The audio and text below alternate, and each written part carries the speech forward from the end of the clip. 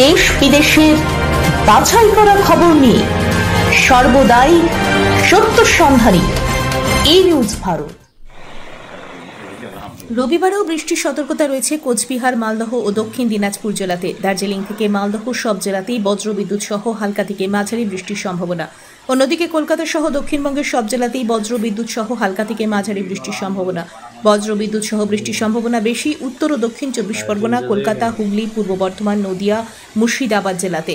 সোমবার থেকে আবহাওয়ার উন্নতি হওয়ার সম্ভাবনা রয়েছে। সোমবার থেকে শুক্রবার ভারী বৃষ্টির কোনো সম্ভাবনা নেই, মূলত আংশিক মেঘলা আকাশ।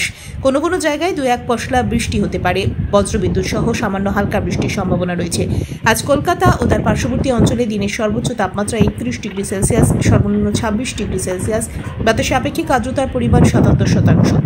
আজকের বৃষ্টিপাতের পরিমাণ 2.8 মিলিমিটার। ব্যুরো রিপোর্ট, এই নিউজ ভারত।